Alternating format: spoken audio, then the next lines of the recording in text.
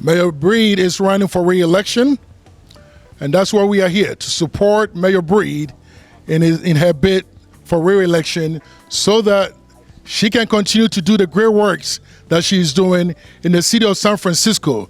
And not just San Francisco, the neighboring cities. And when all these things do well, it's a trickle-down effect that affects all of us. When I met Mayor Breed, I was so humbled, for a woman who has come so far. So far, she was born and raised in San Francisco. But one of the things I like about Mayor Breed, some of the things that she's doing, and I'll read some of it. She has prioritized policies and programs to address some of the most crucial issues facing the city, including housing, homelessness, workforce development, public safety, climate change, and recovering from this deadly COVID-19 pandemic. And I can go on and on and on. In my language, in my culture, they say that when you see somebody climbing a good tree, the whole village gets behind him to push him. And Mayor Breed is climbing a good tree, and that's why we are here, to help her push her to get to the top. Thank you.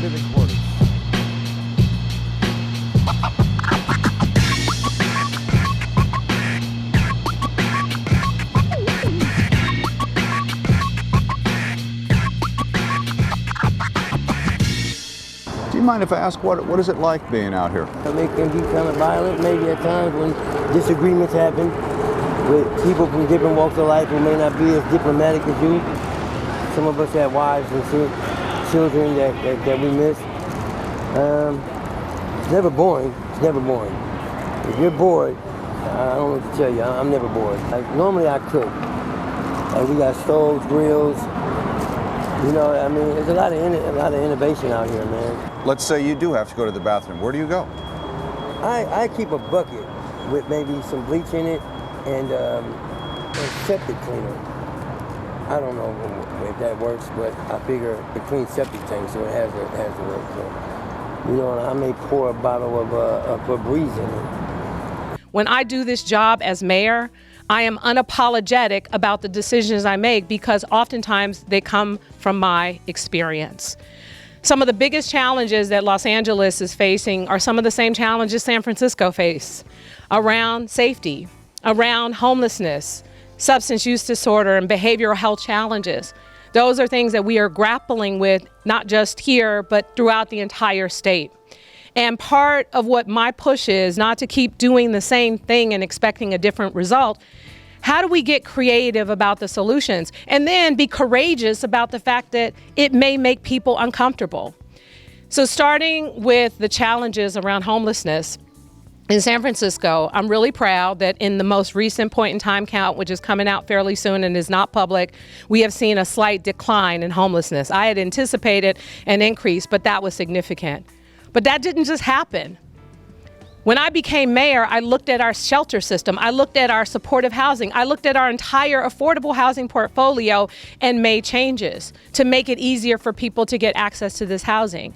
And last year in the budget, we invested $1 billion for the next 2 years, specifically to target and get people housed and to keep them housed. Not just to put a roof over their head, but how do we make sure their rent is paid, that they have food, and that we figure out the challenges that they have in order to connect them to the right opportunities, whether it's job, whether it's health, whatever the case is. I'm really proud of what we've done around homelessness, even though we know that there are so many other people who need help. And I think people believe that homelessness is just a roof over your head. But the people I meet with, the people that are out there are suffering from various challenges, including real behavioral health challenges. And this is where our need for state changes, and I'm supporting a bill by Assemblymember Eggman, who is going to help us to completely reform our behavioral health system. Oakland's my home. I've been here for 35 years. I haven't been homeless the whole time. I was a taxpayer, I was a homeowner, I was a business owner. I ran a business with my father for 19 years, right downtown. It's hard, it's rough, and I'm a mechanic, and living out here on the streets, all my stuff is subject to being stolen. And anytime I leave my camp, it's an open game. That's why I put up the little fence that I scrounged up. I scrounged up some pallets, and and put it together. And it's just a deterrent. If they really wanted something that was in here, all they have to do is jump over. Let me just ask you point blank. When was the last time you took a shower? When was the last time you were able to take a shower? 3 weeks. 3 weeks? 3 weeks. No shower facilities available to us. There are, but they're nasty, or you get your stuff stolen. One of the hard things to do out here is stay clean. We have no bathroom facilities. We have no running water. We have to get water from faucets and then cart it back to our camps. That's what the 5-gallon buckets. And then we try to wash up as much as we can. One of the things that I notice as I'm talking to you is how noisy it is. You've got BART going by, you've got trucks going by. How do you deal with that? I try not to pay attention to it, but it's hard. It's been hard on me, mentally, psychologically, physically, because living under the overpass, you get a lot of road dust under here. And it's not really good, healthy. It's not very healthy. All you have to do is give us a big property with a fence around it. We'll tarp off the fence. We'll put campsites in there. We'll police it ourselves. Give us a couple of dumpsters. Give us some porta potties. You got the trash problem dealt with. You got the human waste problem dealt with. We're everywhere. We're all over the place. I don't know what our numbers are right now, but they're growing, and they're growing fast. I mean, I was the only one here on this block 4 years ago. 4 years ago, I was all by myself right here, all by myself. Once you're in the homeless rut, it is hard as hell to get out of it. As mayor, I am trying every single day to make those kinds of changes. My ultimate goal in the investments we're making and the policy decisions is to ensure that people who are growing up in San Francisco now, who are growing up in poverty and similar circumstances, my goal is to make sure that committing a legal act or crossing the line in any way is no longer an option. And some of the programs that we've been able to implement include two things that I'm most proud of. Number one, opportunities for all, where every high school student in San Francisco, no matter what your income, no matter what neighborhood you're from, has access to a paid internship so that they can learn about various fields that they may be interested in while they're in high school. I don't want money to be an excuse for why someone can't participate and learn about everything that life has to offer. My son calls me a turtle. Because I wear my house on my back. Compass is telling families that if they sleep on the streets or in a vehicle, they'll be able to access shelter faster. That is the harsh reality. Families learning if they move to the streets, the possibility of permanent housing may come sooner than just getting by in a shelter. City officials say there are now more than 3,000 homeless children in San Francisco. Many of those kids wind up missing school, lacking proper nutrition, and experiencing exhaustion from sleep loss and stress. We recently spent a day with one homeless family in San Francisco and saw firsthand the struggles they're facing. KTVU's Tara Moriarty has their story. It's 6:45 a.m. at the First Friendship Shelter in San Francisco. Families trickle out, including Meadow Sylvester, her husband Aaron Burrows, and their 8-year-old son AJ. It really seems like to me that poor is the new thing to be prejudiced against. The three sleep on a mat together, AJ in the middle, in a room filled with about 50 other homeless people. Many people snore.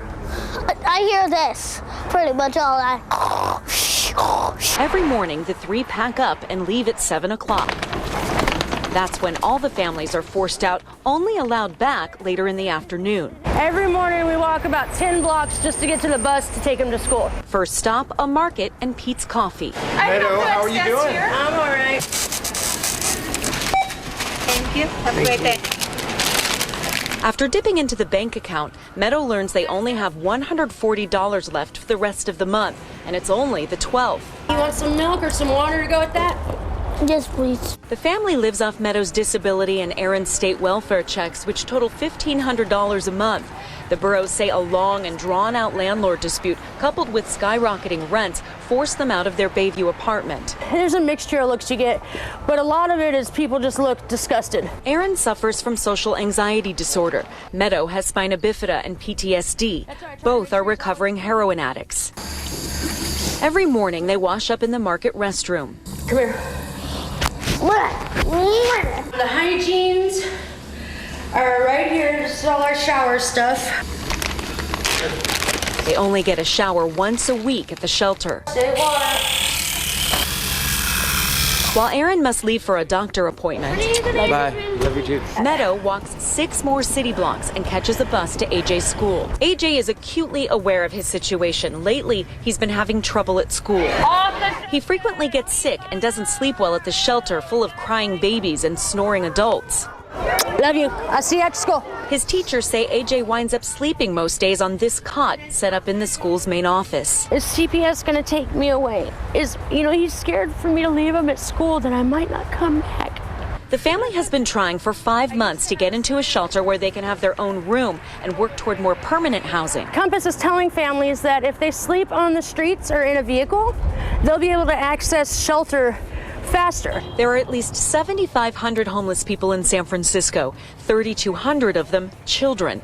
That's according to the family homelessness program Compass, which says it received calls from 5,200 Bay Area families last year looking for shelter service. And that's only a fraction of the actual number, they say. It's like I go to these appointments, I fill out these applications, and it's so depressing. The boroughs lost their Section 8 voucher, so finding a new home on $1,500 a month is nearly impossible. And the rents range now for like a 2-bedroom, it could be an average of like $4,800.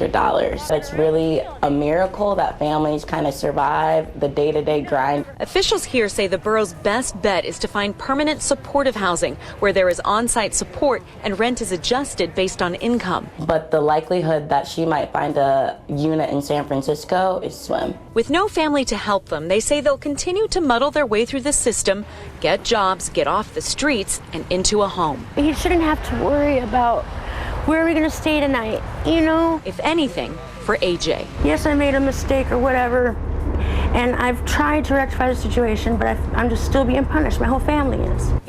The other program we implemented is the Dream Keepers Initiative. $60 million invested specifically at the African American community. And people have asked why focus on the African American community in San Francisco with a population of less than 6% African American. I tell you why. Because that's where the disparities exist. Almost 40% of our homeless population are African American. Those with the behavioral health challenges and those who in fact died from fentanyl overdoses in our city, mostly African American. Those who are the high school dropouts and impacts with our criminal justice system, primarily African American. So it's not about, okay, it's 6% of the population, so 6% of funding goes to African Americans. It's where are the disparities and where are we as a city going to have the courage to make the investments to see real change? She sleeps here. Man, this is my sleeping bag right here. I just rolled it out. Iraq War veteran Lee Smith calls his minivan home. It sits under this shroud of tarps on West Oakland's Wood Street. His gritty neighborhood has grown from 60 to nearly 200 plus this past year. Smith is a handyman, says he wants out, but simply can't afford it. I'm on a fixed income, and the rent went up, and all my check just gone like that without taking care of the bill. So I had to make a choice. You grew up in Hillsborough and Danville. Did you ever think you'd end up here? No. Maven Carter Griffin is a self-described gypsy with an artisan's heart. A divorce and foreclosure pushed this fifth-generation California onto Wood Street 4 years ago, and she's in no hurry to get out. I see it as a culture. Like I said, I think we're a culture, not a problem. We're evolving, and we're trying really hard to have some dignity and respect and learn how to live amongst each other. It's an experiment. Ray Mazur owns the Golden West Envelope Company directly across from that Wood Street encampment. They've taken over everything, and we're concerned about the safety of our employees. We're concerned about what's going to happen to our insurance rates because everything goes up because of what's going on out here, all the activity. It depreciates the value, but the insurance rates go up. It's just, one big mess. A mess that has no quick fix. Homelessness problem, it's a Bay Area problem. A problem that will take perhaps a generation to fix. Somebody comes every day. New person? Every day. Every day. Basically every day. For some, like lifelong Oaklander Raymond Joseph, they feel forgotten. No one actually comes out here and evaluate the situation or see if anybody can, do better by, being evaluated or being shown steps to take or contacts to make to do better. Joseph has called this 980 overpass at West Grand home for 2+ years. A Laney College grad that couldn't get work, and now he dreams of a way out. I don't want to be homeless, or I don't want to be somebody that actually doesn't, just fit in with mainstream society, because the camp doesn't define me. It's just somewhere to pitch a tent and be. There was no plans to extend our housing. We have housing that's permanently supportive housing. So it's not just housing, but it's also services. So what I've been able to do through I have a whole plan around homelessness. We have increased the number of units by over 1,500. That was the goal for us to do. We surpassed that goal. We have another 1,000 that are going to come online. And those are just the permanently supportive housing units. So we're talking about 2,500 in addition to the over 10,000 units that we have provided to formerly homeless people. But it's not just about a unit, and some of those units are shared bathroom situations. We're building separate communities. We're working with Tipping Point, and we're able to house people all over the city in some units that used to be vacant. So part of it is a public-private partnership. But again, it's not just about the housing, it's people who need services and support. So that's why it's more expensive than just paying the rent for someone's home. So that's just part of our homeless recovery plan. And it's, San Francisco, I will say, in areas where we used to have these very, very large encampments, we still have encampments, but they're not as bad as they used to be. We've been able to build a number of shelters and other places to get people immediately off the streets and then transition them into some level of housing. And some of that housing is sometimes through our ability to reach out to other relatives in other places and other countries and reunite families. So a lot of great programming happened in San Francisco, but it is a challenge. Most of the people that I meet, because I'm nosy, so I go out into the community, and we have a whole system of how we deal with encampments. And most of the people I meet out there are people who are not necessarily from San Francisco. They're coming from, and I'm sure that might be very similar to LA. They come from various places for various reasons, and I'd like to know their stories. Well, what brought you here? And that's what I appreciate about our social workers. We try to get to know the story, have a better understanding of what's going on, so that that person doesn't just get a unit and end up right back on the street. It's like, how do we connect them to a community or to their family, or to make sure that they don't end up back out here? Because ultimately, we want our streets to be clean and clear of people living on them, sleeping on them, and what have you, more so because I know that everyone here has a heart and wants to see change, and that's what we're trying to do on a regular basis in the city. And it has not been easy, but I am not giving up. And as those encampments, homeless encampments, expand, many business owners say it's impacting their bottom line. They've taken over everything, and we're concerned about the safety of our employees.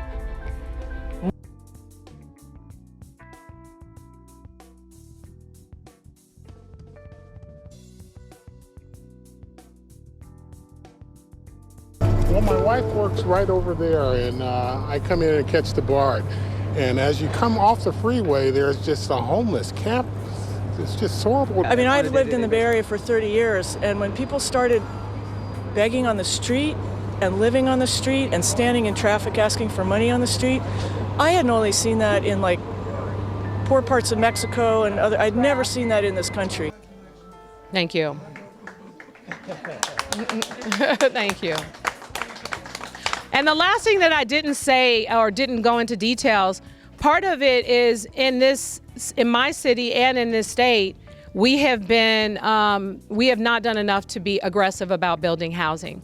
And that's part of the problem, because even in San Francisco between 2010 and 2015, when we saw this huge tech boom and we were bringing all the tech companies to San Francisco, for every 8 jobs, because the jobs are just, blowing up all over the city, and our unemployment rate went down to like less than 5%. Right now it's at 3%, even after this pandemic.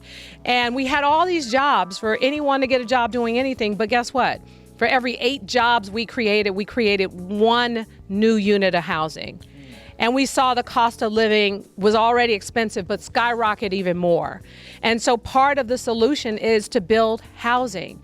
And we have made things way too bureaucratic, way too difficult, and way too expensive to build units in this state. It can't just be San Francisco, it has to be the entire state. And my goal, again, I'm working with the governor to get us there. And in fact, I have a as-of-right ballot measure that's going on the ballot this November that if it fits within the scope of what the regulations are, we're not asking for anything, then it doesn't allow people to stop these projects, because that's another thing. People, appeal them with CEQA for so many different reasons, and I have so many units, over 70,000 units that are entitled in San Francisco, and we can't even build 5,000 a year. Just imagine if we put 70,000 units on the market in a place like San Francisco, what that would do for homelessness, what that would do for housing prices, and how it will make our city a more livable city as the jobs are created. So I can go on and on about that one, but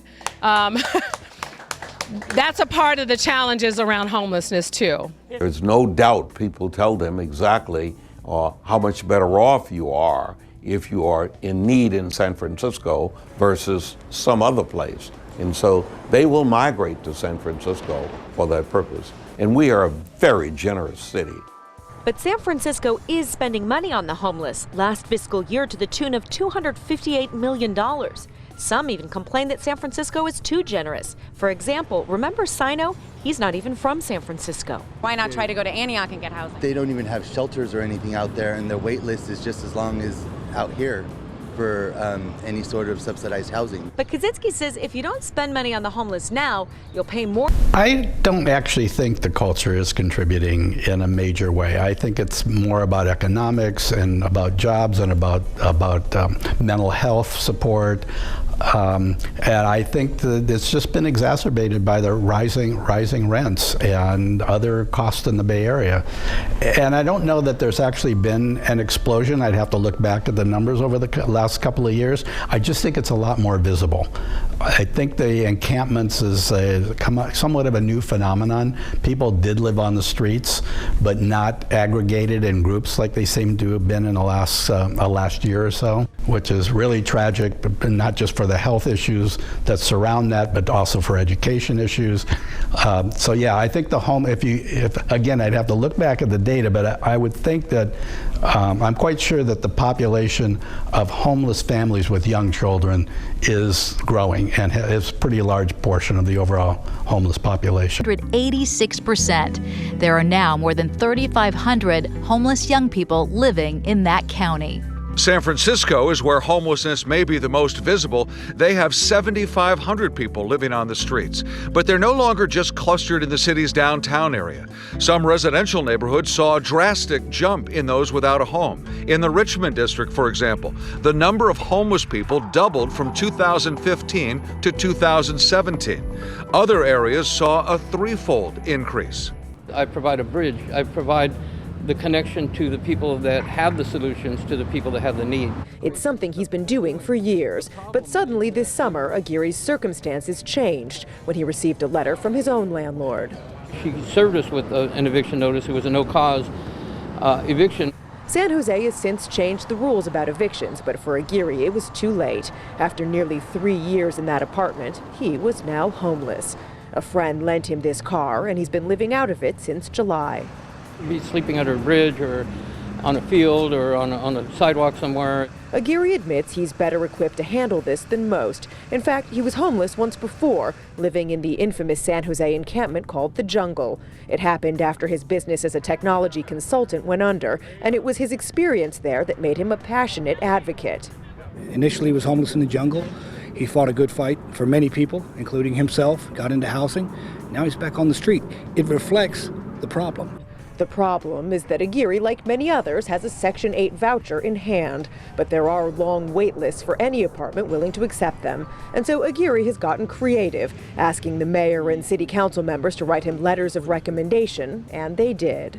When I show up with those letters, it kind of changes the conversation. Aguirre wants to make it clear he's not looking for special treatment, just an opportunity to rent somewhere. In the meantime, he says he'll keep fighting for the homeless like he always has. You'd have to shoot me to stop me. I can't stop. while Aguirre hunts for a new apartment. He says he'll continue to advocate for other When we have significant numbers of working families living in their cars, we have a crisis. Without even considering the chronically homeless lining streets and freeway underpasses with tent cities, affordable home builder Steve Marshall, founder of Little House on the Trailer, says that has led to many to seek out or create a wide variety of illegal living spaces, from warehouses to garages to rundown RVs to shacks and sheds and backyards. And they may well comprise 25% of our housing stock. Marshall says city and county, building, zone, and code enforcement departments know full well that that's going on. And they generally have a policy, if no one complains, they're grateful that that housing exists. I grew up in a neighborhood where, unfortunately, there have been people who, at that time, they were beat by the police, drugs were planted on them, and eventually, sadly, what we've seen in places like San Francisco and all over the country, and it has been, I think, elevated once people saw that horrific video of George Floyd, and sadly, that's not uncommon, but it just, during that time, for some reason, there was a spark where finally people were paying very close attention to really what was happening specifically to African American men in this country as it relates to law enforcement. But before that happened, what I am most proud of in San Francisco is the work we've done around police reforms, because we know what the data said. And our goal was to try to prevent it, to make sure that we hire a more diverse workforce. We do these regular trainings around anti-bias and all those things, and not chasing moving cars. And we put in all the things that everyone was saying to do all over the country, the 5 top things. San Francisco was already doing it, but at the end of the day, we also had to focus on the changes to the culture of the existing department. And so we're still working on it. We're not perfect. We're not where we need to be. But the problem I have in some cases is, on the one hand, yes, for those kinds of officers that have problems with people because race, sexual orientation, or what have you, we need to make sure that they're held accountable when they do things because of that, the same way anybody else is, because of the oath that they take to serve and protect. So I am 100% supportive of that. But what we have, unfortunately, in some cases in San Francisco is, officers who are trying to do their jobs and who are being, prosecuted by our district attorney unfairly. Can you share with the guests here how important is AB 392 in the enforcement of the Stephon Clark law going forward, especially in the wake of all of the civil unrest from 2020? And the focus, has been about going after officers. And yes, I think it's appropriate when it makes sense, but not just for the sake of going after law enforcement, or not just, I don't want law enforcement to be treated the way Black people have been treated by law enforcement in those cases of injustice. So to me, it goes both ways. It goes both ways, and it's sad that we're at a state where the certain laws need to be in place. But I will say what I am excited about is seeing the changes around the reforms. I'm excited about seeing the accountability components, but also now we have different people who are deciding and stepping up and wanting to be a part of law enforcement. And I think diversifying that workforce, and not just race, but also coming from a diverse group of backgrounds, is also critical to ensuring that we have safe communities. So it goes both ways. It's not a one way, but we know there are challenges that continue to persist. And I really hope that we can eventually get to a better place. And it's important for us not to let up, not to, during the time of George Floyd, to let the momentum go